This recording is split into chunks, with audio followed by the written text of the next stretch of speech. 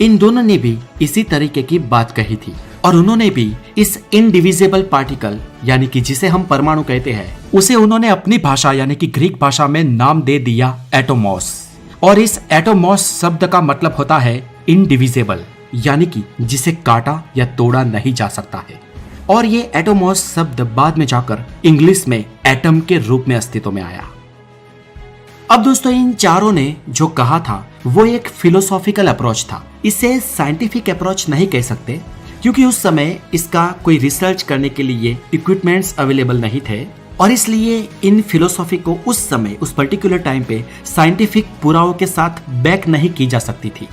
लेकिन इन महर्षि ने और इन ग्रीक फिलोसोफर्स ने जो परमाणु का फिलोसॉफिकल अप्रोच दिया था वो काबिले तारीफ था क्योंकि उसी फिलोसॉफिकल अप्रोच की वजह से आज हम उसके साइंटिफिक अप्रोच तक पहुंच पाए हैं जिसे हम आज रिसर्च बैक्ड साइंटिफिक अप्रोच कहते हैं।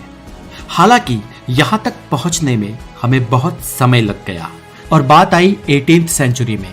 18th सेंचुरी में बहुत सारी साइंटिफिक स्टडीज हुई जिससे हमें फिजिक्स के बहुत सारे बुनियादी लॉ मिले जिनसे हम एटम के अंदरूनी पार्टिकल को और उसकी अंदरूनी प्रॉपर्टीज को बहुत ही आसानी से समझ पाए।